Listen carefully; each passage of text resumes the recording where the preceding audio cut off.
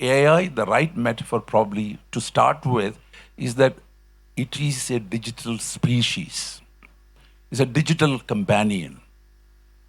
And I'll explain that, but when you talk about a digital companion, it can become your best friend.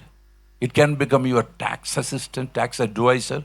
It can become your medical advisor. It can be your business strategist. It can be your partner, spouse, whatever.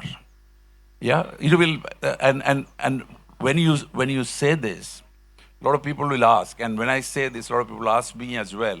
When you say species, it has a biological nature to it, but this is mathematics, algorithms, and code, computer code. How can you say that this is a species?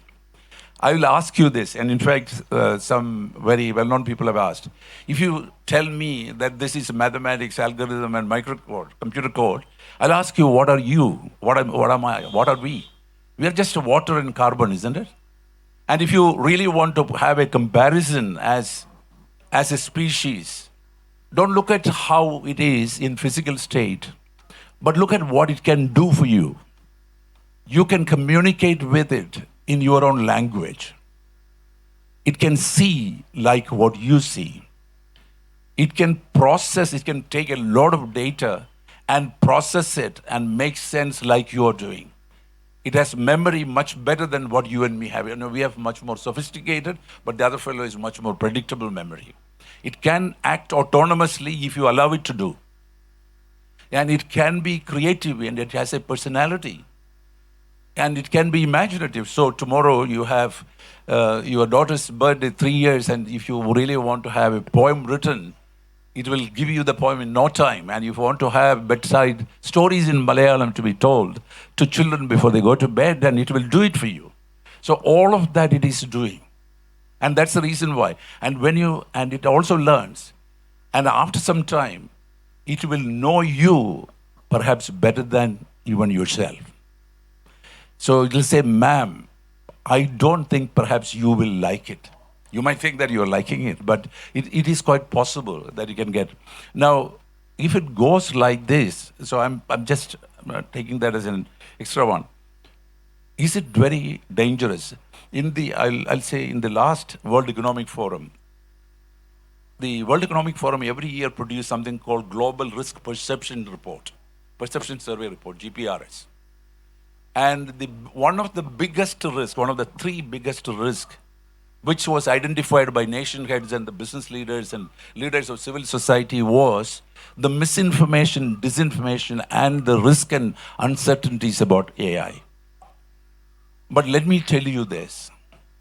That's not how it is going to happen. It will not happen like that.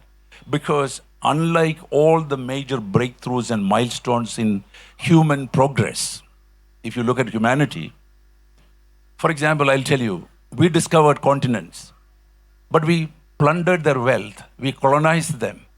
We actually instituted extractive institution to extract resources. We found hydrocarbon, oil, and then the planet is getting polluted. But here, I am writing the code, I am educating the code, I am putting the guardrails, the government is putting regulations. So we are building a species which has its own conscience, and it will not be able to do things that it cannot. So safety has to be at the core of it. It is quite like you and me nurture our children and offspring. Why is it that our children do not shoot and kill us once we have done the responsibility of educating them? Why they don't do that? Why do they take care of the parents? Is because we have nurtured them and we have built that into the genes and gradually. And here, we should be able to do it. We should be able to preserve all that we cherish in humanity, such as compassion, generosity, love, creativity, curiosity, all of those. It should be possible.